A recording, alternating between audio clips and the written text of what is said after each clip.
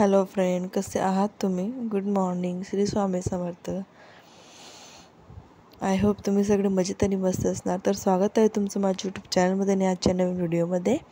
तर आजचा व्हिडिओ आहे मैत्रिणींनो असा की काल होता पोळा आणि सोम होते, अमावस्या पण होती, श्रावण सोमवारचा शेवटचा दिवस पण होता. तर काल श्रावणी सोमवार होता शेवटचा, तर ते पण रुटीन मी तुमच्यासोबत आज शेअर केलेले आहे. आणि सोमवती अमावस्येच्या दिवशी मी घरात काय काय साफसफाई केली, काय केले हे पण या व्हिडिओमध्ये तुमच्यासोबत शेअर केलेलं आहे. तर तुम्ही व्हिडिओ स्किप न करता बघा मैत्रिणींनो. तर बऱ्याच दिवसांनी ब्लॉग टाकलेला आहे आता, कारण तब्येत ठीक नसल्यामुळे काही जमत नव्हतं आणि व्हिडिओ राहायचा पण एडिटिंग वगैरे बाकी असायचं काही, आणि काही प्रॉब्लेम येतच असतात मैत्रिणींनो. हाऊसवाईफ म्हटलं म्हणजे. तर आता बाहेरचं झाडून वगैरे आलेली आहे, तुळशीची पूजा वगैरे करून आलेली आहे. तर म्हटलं घरात पहिले पुरणाची डाळ वगैरे लावून देते, म्हणजे पुरणाची डाळ आपोआप शिजेल, तोपर्यंत मग बाकीचे कामं पण होते. आणि आज सोमवती अमावस्या असल्यामुळे मग घराचे झाडे वगैरे पण काढायचे होते मला.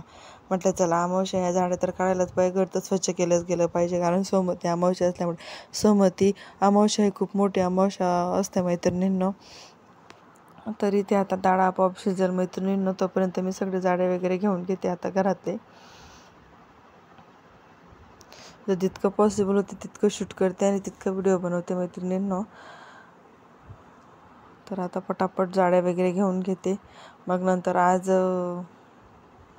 अमावस्या असल्यामुळे मला आपल्या दरवाजाचा जो मुख्य दरवाजा, आपल्या घराचा जो मुख्य दरवाजा असतो त्याची पण साफसफाई करून पूजा वगैरे करायची होती, आणि उंबरठ्याला हळदीचं लेपन पण करायचं होतं आज.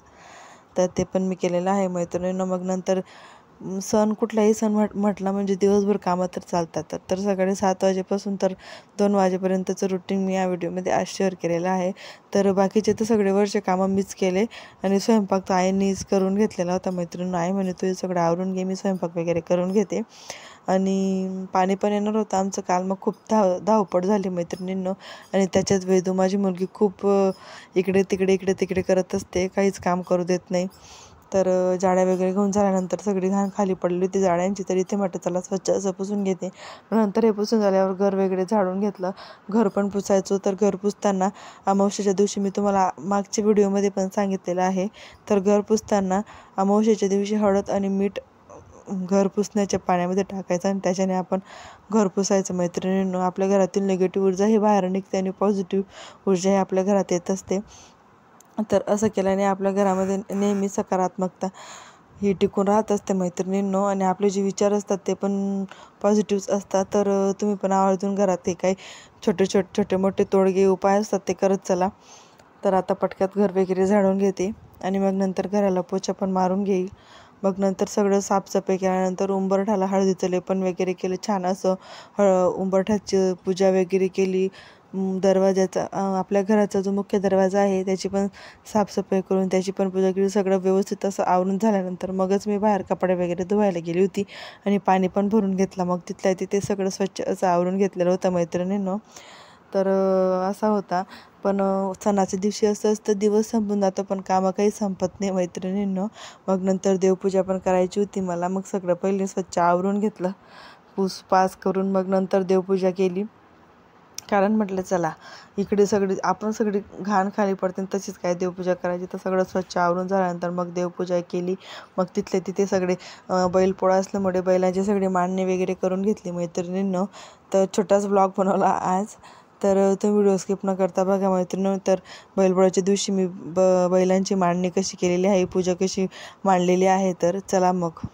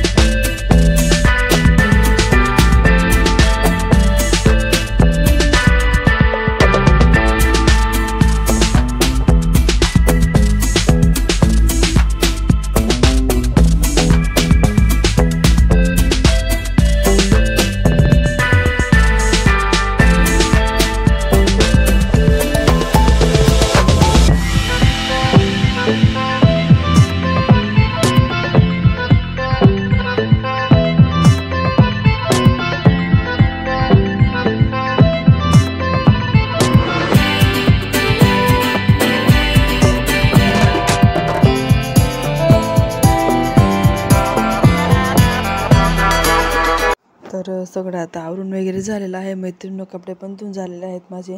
तर मैत्रिणींनो, अमावस्या, पौर्णिमा, गुरुवार असे काही ठराविक दिवस असतात. त्या दिवशी आपण हळदीचं लेपन केलंच पाहिजे उंबरठ्याला.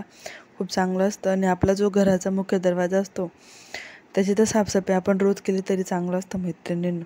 तर ह्या गोष्टी आवर्जून करा तुम्ही. आता इथे माझी देवपूजा वगैरे पण करून झालेली आहे.